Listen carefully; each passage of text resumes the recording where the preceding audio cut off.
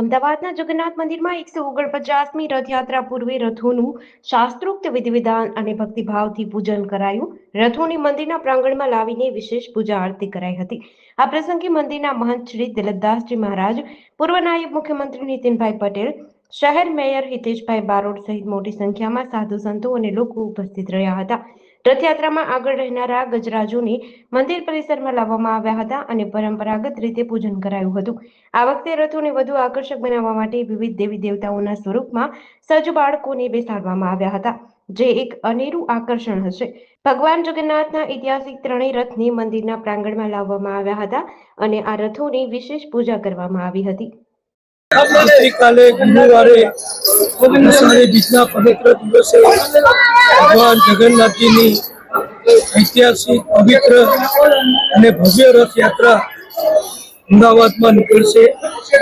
જગન્નાથ મંદિરથી સવારે 7 વાગે આ રથયાત્રા નીકળી અને જુદા અમદાવાદ શહેરના દરેક વિસ્તારમાં એનું ભગવાનના રથનું સંચાલન થશે અને લાખો ભક્તો ઘરે બેઠા પોતાને સોસાયટીમાંથી ભગવાનના દર્શન કરી શકશે.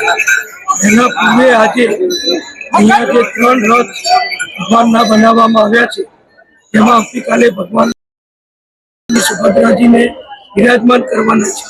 એ ત્રણેય રથ મંદિરના પ્રાંગણમાં આવ્યા છે અને હજારો ભક્તોએ એના દર્શન કર્યા, એનું પૂજન કર્યું છે અને પૂજ્ય દિલીપદાસજી મહારાજ, શ્રી મહેન્દ્રભાઈ ઝા અને અમદાવાદ શહેરના મેયર શ્રી હિતેશભાઈ બારોટે પણ રથનું પૂજન કર્યું.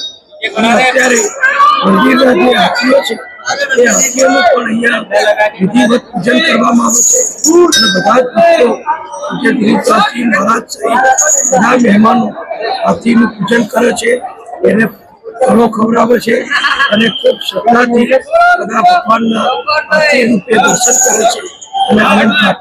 જેડીસી ન્યૂઝ સાથે સંજીવ રાજપૂત, અમદાવાદ.